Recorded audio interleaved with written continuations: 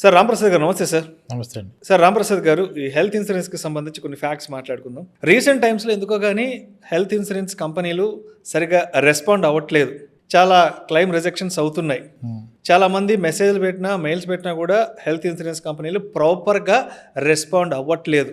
రీసెంట్గా నాకు కూడా ఒక హెల్త్ ఇన్సూరెన్స్ ఉంది, ఒక 50 లక్షల రూపాయలకి. సో నేను కూడా ఇప్పుడు దాకా ఎక్కడ అది యూస్ చేసుకోలేదు. సరే, ఈ మధ్య ఒక 5-6 వేల రూపాయలు పెట్టి కొన్ని హెల్త్ టెస్టులు చేయించుకున్నాను, అంటే రెగ్యులర్ టెస్టులు చేయించుకున్నాను, బిల్స్ కూడా పెట్టుకున్నాను.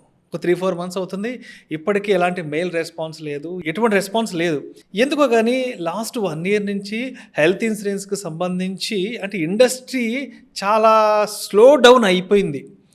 చాలా మంది నాకు ఫోన్ చేస్తుంటారు, అరే విష్ణు, మా సంబంధించిన ఇన్సూరెన్సు రిజెక్ట్ అయింది, లేదంటే చాలా డిలే అవుతుంది, లేదంటే కంపెనీ వాళ్ళు రెస్పాండ్ కావట్లేదంటూ కూడా గత కొంతకాలంగా చాలామంది వాయిస్ బయటకు వినిపించాలని చూస్తున్నారు. ఏం జరుగుతుంది అసలు హెల్త్ ఇన్సూరెన్స్కి సంబంధించి? ఎందుకంటే ఒకప్పుడు అంటే మనిషి అన్నవాడు ప్రతి ఒక్కరూ కూడా హెల్త్ ఇన్సూరెన్స్ తీసుకోవాలి, హెల్త్ ఇన్సూరెన్స్ తీసుకోకపోతే వాడు వేస్ట్ అని మాట్లాడుకున్న మనము ఇవాళ మనం కూడా ఆ హెల్త్ ఇన్సూరెన్స్ కంపెనీస్ నుంచి ఇబ్బందులు పడుతున్నాం. కాబట్టి ఏంటి అసలు ప్రస్తుతానికి హెల్త్ ఇన్సూరెన్స్లో జరుగుతున్న ఇబ్బందులు ఏంటి? ఎందుకంటారు హెల్త్ ఇన్సూరెన్స్ ఇండస్ట్రీ చాలా స్తబ్దుగా అయిపోయింది? మీరు చెప్పినట్టుగా ఏం లేదు సార్. ఇక్కడ ఇప్పుడు హెల్త్ ఇన్సూరెన్స్, మీరు ఒక హాస్పిటల్కి వెళ్ళండి, ఒక మేజర్ హాస్పిటల్కి వెళ్ళండి, ఇన్సూరెన్స్ డెస్క్ దగ్గరికి వెళ్ళండి. ఓకే, ఇన్సూరెన్స్ డెస్క్లో ఉంటారు వాళ్ళు, వెరీ హంబుల్, లోయర్ ఇన్కమ్ నుంచి ఒక 22,000 25,000 సాలరీలో పెడతారు. అవకాశం ఉంటే అక్కడికి వెళ్ళి కొంచెం రిలేషన్ బిల్డ్ చేసుకుని అడగండి, అమ్మా ఈరోజు మొత్తం ఎన్ని క్లెయిమ్స్ అప్రూవ్ అయ్యాయి, ఎన్ని రిజెక్ట్ అయ్యి అడగండి, మీకు అన్నిటికీ ఆన్సర్ వస్తుంది. అవును చెప్తుంది, సార్ 16 క్లెయిమ్స్ అప్రూవ్ అయినాయి, 6 క్లెయిమ్స్ క్వైరీ పడ్డాయి, 3 రిజెక్ట్ అయినాయి అని చెప్తుంది. అంటే మీకు ఎన్ని given industry data almost 90% of the claims approve అయిపోతాయి, 10% ఆఫ్ ది క్లెయిమ్స్ హోల్డ్లో పడతాయి, రిజెక్ట్ అవుతాయి.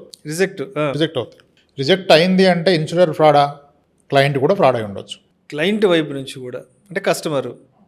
అవి చాలా ఉన్నాయి. ఆ ప్రాక్టీస్లు మనం చెప్పకూడదు పబ్లిక్ కానీ చెప్పం అంతే. ఓకే, కానీ ఎవరైనా నేను ఫ్రాడ్ చేసి రిజెక్ట్ అయితే నేను ఫ్రాడ్ చేసి ఒప్పుకుంటాడా? ఒప్పుకోడు కదా. అక్కడ ప్రాబ్లం వస్తుంది. కొన్ని జెన్యూన్గా ఉంటాయి, అంటే ఇన్సూరర్ కూడా సస్పెక్ట్ మీద రిజెక్ట్ చేస్తాడు, లేదా నేను క్యాష్లెస్ ఇవ్వను, రీఎంబర్స్మెంట్కి రా అంటాడు. అప్పుడు మీకు అదర్ మార్గాలు ఉన్నాయి కదా, ఫస్ట్ గ్రీవెన్స్కి రాయాలి, అక్కడ నుంచి నో వస్తుంది, వచ్చాక అంబుడ్స్మన్కి వెళ్తే ఆల్మోస్ట్ సెటిల్ అవుతాయి. కానీ as an industry I'm not talking 98% settlement ratio మాట్లాడలేదు, 82% సెటిల్మెంట్, 85, 90 ఉన్నప్పుడు యావరేజ్ ఇండస్ట్రీ 90% మీకు క్లెయిమ్ సెటిల్ ఇస్తున్నప్పుడు, ఒకవేళ ఇన్సూరెన్స్ కంపెనీ కనుక దొంగ అయితే మీకు 90% క్లెయిమ్స్ ఎలా వస్తాయి? ఓకే, 40-50% క్లెయిమ్స్ రావాలి కదా. బట్ ఎందుకో ఈ మధ్య కాలంలో ఈ వాయిస్ ఎక్కువ వినిపిస్తుంది, మరి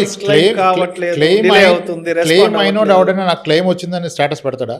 మా కంపెనీ మంచిది అంటాడా? క్లెయిమ్ అంటే పెనట్రేషన్ పెరిగింది. Okay, compare to earlier out of pocket expenses ఒకప్పుడు 90 ఉండేది, ఇప్పుడు ఆల్మోస్ట్ 65-70కి వచ్చేసింది. అంటే ఒక 30% of the hospitalisation cases insurance ద్వారానే చేస్తున్నారు. ఎప్పుడైతే మీకు వాల్యూమ్ పెరిగిందో దాంట్లో రిజెక్షన్స్ పెరుగుతాయి. ఈ రిజెక్షన్స్ అంతా because of the data accessibility, social media వలన సౌండ్ ఎక్కువైపోతుంది. దీనివల్ల ఏమవుద్ది, తీసుకోవాలని ఇంటెన్షన్ అతను కూడా మానేస్తాడు. ఇప్పుడు తీసుకుంటే రిజెక్ట్ అవ్వచ్చు, అప్రూవ్ అవ్వచ్చు, 2 ఆప్షన్. తీసుకోకపోతే అప్రూవ్ చేసుకోవాలి కదా. దీన్నే కూసే గాడిదొచ్చి మేసే గాడిని జరుగుతుంటారు కదా, అట్లా అయిపోద్ది. అంటే ఫైట్ చేయాలి డెఫినెట్గా. ఇన్సూరెన్స్ వాళ్ళు జెన్యూన్ అని చెప్పట్లా, మన వైపు న్యాయం ఉంటే మనం ఫైట్ చేయొచ్చు. ఇన్సూరెన్స్లో అంబుడ్స్మన్కి వెళ్ళొచ్చు, మోస్ట్ ఆఫ్ ద కేసెస్ ఎట్లా అవుతుంది అంబుడ్స్మన్లో. కానీ ఆ ఎక్స్ట్రా మైల్ వెళ్ళాలి, మనం ప్రొసీజర్కి అనుకుని వెళ్ళాలి. అది మనం కనుక కాస్త నెగిటివ్గా మాట్లాడితే కొన్ని జీవితాలు నాశనం అయిపోతాయి, కొన్ని ఫ్యామిలీలు వెనకబడిపోతాయి. రోజుకో క్లెయిమ్ చేస్తున్నాను నేను ఈ మధ్య, ఎందుకు ఎక్కువ క్లెయిమ్స్ వచ్చినాయి. ఇప్పుడు నాకు బెంగళూరు ఒక మణిపాల్ హాస్పిటల్లో ఉంది fever case, Chennai Kaveri hospital accident case ఉంది నాది. ఆ క్లెయిమ్ అప్రూవ్ అయింది, ఇది ఫీవర్ క్లెయిమ్, ఇది అప్రూవ్ అయింది. ఇదే ఫీవర్ పేషెంట్ ఎవరైతే ఉన్నారో ఇంతకుముందు ఒక సర్జరీ అయింది దానికి, అది అప్రూవ్ అయింది. అదైనా 3 మంత్స్కి ఇప్పుడు ఫీవర్, ఇది అప్రూవ్ అయిపోయింది. అవుతూనే ఉన్నాయి. అండ్ ఇంకొక విషయం కూడా ఈ మధ్య ఎక్కువ విన్నాను, ఇప్పుడు చాలామంది ₹1 కోటి 2 కోట్ల ఇన్సూరెన్స్ తీసుకుని ఉంటారు కదా, క్లయింట్ ఎవరు తీసుకుంటారు, కస్టమర్. సరే, ఏదైనా హాస్పిటలైజ్ అయినప్పుడు హాస్పిటల్స్ వైపు నుంచి కూడా ఇంకొక ఇబ్బంది తలెత్తుతుంది.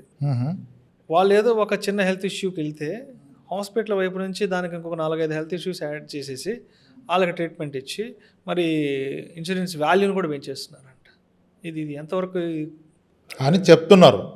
తెలివితేటలు ప్రూవ్ చేసుకోవడానికి ఎక్కువ సమ్మెన్షూట్ తీసుకుంటే, హయ్యర్ కవరేజ్ తీసుకుంటే మీ బిల్ హైయర్ అయిపోద్ది హాస్పిటల్ అని చెప్తాడు. ఇదే క్యాండిడేట్ ఇంతకుముందు ఏం చెప్తాడు, క్లెయిమ్స్ ఇవ్వడని చెప్తాడు. అసలు క్లెయిమ్ ఏమన్నాడు, ఎక్కువ ఎందుకు ఇస్తాడు? యాక్చువల్గా మీరు ఇన్సూరెన్స్ నుంచి వెళ్తే మీకు ప్రాపర్ ట్రీట్మెంట్ జరుగుతుంది. ఇన్సూరెన్స్ నుంచి వెళ్తేనే ప్రాపర్ ట్రీట్మెంట్ జరుగుతుంది. ఎందుకు?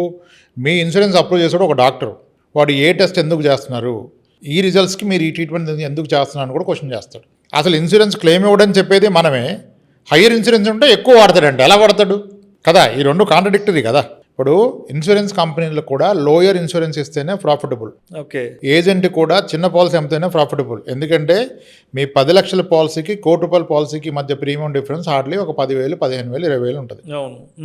బేస్ ప్రీమియం 30 ఉంటే ఇంకో పెంచితే ఇంకొక 15,000 పెరుగుతుంది అంతే. దానివల్ల ఏజెంట్కి కూడా ఇన్ టర్మ్స్ ఆఫ్ ఆయనకు వచ్చే మార్జిన్ పెద్దగా ఏమి ఉండదు.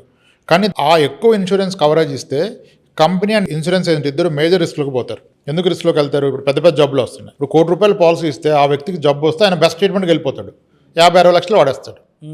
అంత డబ్బులు వాడితే ఏజెంట్ చేసిన బిజినెస్ కూడా వాళ్ళు ఎల్ఆర్ చూస్తారు, లాస్ రేషియో. ఓకే, అంటే మీరు కలెక్ట్ చేసిన ప్రీమియం ఎంత, మీరు సోర్స్ చేసిన పాలసీల్లో వస్తున్న క్లెయిమ్ ఎంత. ఒకవేళ ఈ క్లెయిమ్ కనుక కలెక్టెడ్ ప్రీమియం కన్నా ఎక్కువ ఉంటే ఇతను కమిషన్ ఆపేస్తున్నారు. సో వాళ్ళు కూడా ఆర్గ్యుమెంట్ ఆపేసి 5-10 లక్షలు చేస్తున్నారు. ఇన్సూరెన్స్ కూడా పుష్ చేయడు, 5-10 లక్షలు ఇస్తాడు, ఎందుకంటే అది సేఫ్. రేపు పెద్ద జబ్బు వస్తే ఎవ్రీ ఇయర్ 5 lakhs మేనేజ్ చేయగలుగుతారు. అదే మీరు ఒక 10,000 ఎక్స్ట్రా కట్టి మీకు 60-50 లక్షలు, ₹1,00,00,000 తీసుకుంటే ఇన్సూరెన్స్కి రిస్క్. అసలు ఇక్కడ పేషెంట్కి కస్టమర్కి రిస్క్ లేదు. మామూలు క్లెయిమే ఉన్నప్పుడు మీకు ఉంది కదా అని ఎట్లా పడితే అట్లా చేసి ఇస్తాడా? ఇప్పుడు గట్టిగా ఒకప్పుడు ఏమవుద్ది అంటే ఇన్సూరెన్స్ ఉన్న వాళ్ళు ఏం చేస్తారంటే పట్టుబడతారు, నేను హాస్పిటల్లో ఉంటా నాకు ఫ్రీ వస్తుంది కదా, లేకపోతే ఈ 2,000 కట్టాలి, ఉంటే ఒక రోజు ఆయన బిల్ 24 hours ఉండే ప్రయత్నం చేస్తారు. కామన్ ప్రాక్టీస్ ఇది. దానికి డాక్టర్ ఏం చేస్తాడు తెలుసా? వాడు హాస్పిటలైజేషన్ జస్టిఫై చేయాలి, వాళ్ళు క్వశ్చన్ పంపుతారు ఈ మాత్రానికి ఎందుకని. ఈయన అన్ని ఎలివేటెడ్ రిపోర్ట్స్ రాస్తాడు, ఉన్నదానికన్నా ఎక్కువ. అప్పుడు ఏం చేస్తున్నారు, వాళ్ళు ఇన్ పర్సన్ వెరిఫికేషన్కి వస్తున్నారు. ఓకే, మొన్న నేను వేరే ఒక హెల్త్ ఇన్సూరెన్స్ కంపెనీ వైస్ ప్రెసిడెంట్తో ఇంటర్వ్యూ చేశాను, ఎగ్జిక్యూటివ్ వైస్ ప్రెసిడెంట్తో క్లెయిమ్స్కి. ఆయన అంటాడు, మనం హాస్పిటలైజ్ అయినప్పుడు మనకి ఏవైతే మెడిసిన్ ఇస్తారో ఇవి ఉంటాయి కదా, యాంటీబయాటిక్ అవి, ఈ ₹600 మెడిసిన్ నీకు సెలన్లో ఫిల్ చేసి వాడు ₹2,000, ₹3,000 ఇచ్చానని బిల్ పెడతారంట. ఇన్సూరెన్స్ వచ్చి ఆ బ్యాడ్జ్ నెంబర్ ఎక్కడుంది నాకు చూపించని అడుగుతున్నాడు. అదే మనం యాజ్ ఎ పేషెంట్ మనకు తెలియదు కదా, మనం ఎక్కువ డబ్బులు బిల్ వేస్తే మంచి ట్రీట్మెంట్ అవుతుంది అనుకుంటాం. అదే ఇన్సూరెన్స్ ఉంటే ఆ డాక్టర్ మీ వైపు ఉంటాడు, ఆయన వెరిఫై చేస్తాడు, దీనికి ఏ మెడిసిన్ ఇస్తున్నావు, ఇచ్చావా, సన్నగా వచ్చేస్తాడు, ఏది ఇచ్చావో నాకు చూపించదు అంటాడు. అలా పట్టుకొని హాస్పిటల్స్ని బ్లాక్ లిస్ట్ చేస్తున్నారు ఇన్సూరెన్స్ వాళ్ళు కదా. ఇప్పుడిప్పుడే పెనట్రేషన్ వస్తుంది. ఈ టైంలో మనం నెగిటివ్గా మాట్లాడితే చాలా ఇంపాక్ట్ చూపిస్తుంది ఇది. మనం ఏం మన దగ్గర తీసుకొని చెప్పట్లా, ఎక్కడైనా తీసుకో, ఫస్ట్ తీసుకున్న వాడినే కన్ఫ్యూజ్ చేస్తున్నారు మీరు కదా. అసలు హెల్త్ ఇన్సూరెన్స్ విషయంలో మీరు తీసుకుంటే రిజెక్ట్ అయ్యే chance 10% as a industry, whole industry. Approve అయ్యే ఛాన్స్ 90%. మీరు నిజాయితీగా హానెస్ట్గా ఉండి అన్ని డిస్క్లోజ్ చేస్తే, వాడు రిజెక్ట్ చేసినా ఫైట్ చేస్తే పక్కా వస్తుంది. మీరు అబద్ధాలు ఆడితే రాదు. సో మొత్తానికి కస్టమర్ వైపు నుంచి ఏమైనా కొన్ని హైడ్ చేస్తున్న సందర్భాలలోనే రిజెక్ట్ అవుతాయి అంటారు. సో కస్టమర్ వైపు నుంచి 100% ఎటువంటి ఇబ్బంది లేకపోతే వాళ్ళు కూడా ఇవ్వడానికి వాళ్ళ స్టాండర్డ్ టర్మ్స్ ప్రకారం కూడా కొన్ని రిజెక్ట్ అవుతాయి. ఇప్పుడు కొన్ని వెయిటింగ్ పీరియడ్స్ ఉంటాయి. ఫస్ట్ 30 days ఏది కవర్ అవ్వదు, యాక్సిడెంట్ మాత్రమే కవర్ అవుద్ది. 2 years వరకు కొన్ని కవర్ కావు. ఏంటవి? Kidney stones, gallbladder stones, hernia, piles, vascular veins, ENT issues, cataract, ఇవన్నీ 2 years కవర్ కావు. ఈ విషయం చాలా నెమ్మదిగా చెప్పేసి పాలసీ తీసుకుంటారు. 2 yearsకి 2 months ముందే వస్తుంది ఏదో ఒకటి. అవును. అప్పుడు ఈయన అంటాడు, నేను 2 years ప్రీమియం ఎందుకు కట్టాను, నేను ప్రీమియం సెకండ్ ఇయర్ ప్రీమియం కూడా కట్టాడు, కానీ ఇంకా 2 years అవ్వలే కదా. నా దగ్గర డబ్బులు లేపేశారు, మీరు దబ్బేశారు, ఇప్పుడు నాకు ఈ ప్రాబ్లం వస్తే ఎందుకు చెప్పారు, నాకు చెప్పలేదంటాడు ఆయన. ఈయన చెప్పినా ఆయన మర్చిపోతాడు. ఇది ఒక కేసు. ఇది రిజెక్షన్ కిందగా వస్తుంది, మనం వాళ్ళని చీటరే అంటాం. 3rd కేసు, చాలా కంపెనీస్లో ఎలా ఉంటుందంటే డయాబెటీస్, హైపర్ టెన్షన్, థైరాయిడ్లు ఉన్నప్పుడు ఈ ఎగ్జిస్టింగ్ డిసీజ్ సంబంధించి 3 years 4 years వెయిటింగ్ ఉంటుంది. అయితే డయాబెటీస్ ఉన్నతను ఏమనుకుంటాడు, నేను వేసుకున్నది ఒక గోళీ, అది కవర్ అయితే కవర్ కాకపోతే అంటే కొట్టే అంటాడు, పాలసీ కొట్టాడు. అది డయాబెటీస్ కవర్ కాదంటే డయాబెటీస్ వలన వచ్చేది ఏది కవర్ కాదు. డయాబెటీస్ వలన రాంది ఏమీ లేదు బాడీలో. Any organ failure is primarily because of diabetes అంటాడు. హై సైడ్ పోయినా డయాబెటీస్ అంటాడు. అంటే డయాబెటీస్ ఉన్న వ్యక్తికి మోరల్లెస్ జ్వరము తప్ప ఇంకేంది కవర్ కాదు. ఈ విషయం ఆయనకు అర్థం కాదు. 2 years 3 years కట్టా కూడా నాకు ఇవ్వట్లేదు అంటాడు. సీకేడీ ప్రాబ్లం వస్తుంది, క్రానిక్ కిడ్నీ డిసీజ్ వస్తుంది. సార్ మీకు కిడ్నీ ప్రాబ్లం వచ్చింది అంటాడు. కిడ్నీకి డయాబెటీస్ సంబంధం ఏంటి, ఎందుకు కవర్ కాదు, మీరు అంతా పచ్చి దొంగలు అంటాడు. ఈయన ఒక్కడ ఆగుతాడా, ఈయనకి ఉక్రోషం పెరిగిపోద్ది కదా. 3 సంవత్సరాలు ₹1,00,000 నేను ఎత్తి మీద కొట్టాను, నేను నమ్మి నువ్వు మోసగాడు అంటాడు. ఆయన చెప్పాడు, కానీ ఆ రోజు వాళ్ళు కూడా పూర్తిగా చెప్పకపోవచ్చు. ఇవన్నీ మనకు రిజెక్షన్ కింద వస్తాయి, నెగిటివ్ మార్కెట్ స్ప్రెడ్ అవుతాయి.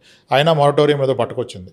5 years అయితే నార్మల్గా క్లెయిమ్స్ రిజెక్ట్ చేయడానికి లేదు హెల్త్లో ఇప్పుడు. సో మీరు ఎర్లీగా తీసుకుంటే ఈ ప్రాబ్లమ్స్ అన్నీ అధిగమిస్తారు, ఫ్యూచర్లో ఇష్యూ ఉండదు. సో మొత్తానికి ఇన్సూరెన్స్ తీసుకునే ముందు దానికి సంబంధించిన అన్ని ప్రొసెసెస్, దానికి సంబంధించిన అన్ని విషయాలను క్షుణ్ణంగా తెలుసుకున్న తర్వాతనే ఇన్సూరెన్స్ తీసుకోవాలి.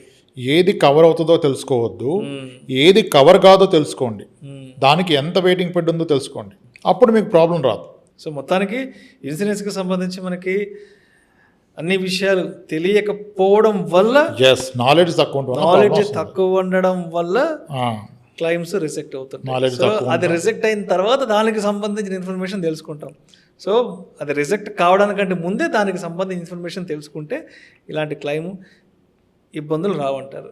ఇదొకటి కాంపిటీషన్. నేను ఒక ఇన్సూరెన్స్ కంపెనీ అమ్మితే ఇంకొక ఇన్సూరెన్స్ గురించి నెగిటివ్ స్ప్రెడ్ చేయడం, అది యాజ్ ఎ ఇండస్ట్రీకే లాస్. అది మర్చిపోతున్నారు. ఈ కంపెనీ బెడ్ ఆ కంపెనీ బెడ్ పబ్లిక్గా చెప్పకూడదు. నువ్వు కస్టమర్ బెనిఫిట్ కూడా కావాలంటే ఆ కంపెనీ మార్చి పోర్టబుల్స్ ఇంకో కంపెనీ ఇవ్వు. నువ్వు ఇది బ్యాడ్ అది బ్యాడ్ అంటే అందరు దొంగలు అంటారు ఆఖరికి. నేను చేసే కంపెనీ ఒకటి చేస్తున్నాను, అది గొప్పదంటే ఎలా? As a insurance, health insurance as a concept is great కదా, అది ప్రమోట్ చేయాలి మనం. Right right right. Yes sir. Thank you sir, thank you so much Ramprasad garu. Health insurance claim settlement అనేది అంటే ఏ సందర్భాల్లో రిజెక్ట్ అవుతుంది ఏంటి, అంటే ఎటువంటి సందర్భాల్లో కంపెనీస్ వైపు నుంచి డిలే అవుతుంది ఏంటి, అందుకు గల కారణాల గురించి మన ఆడియన్స్కి చక్కగా తెలియజేశారు. Thank you so much sir. Right అండి, థ్యాంక్స్.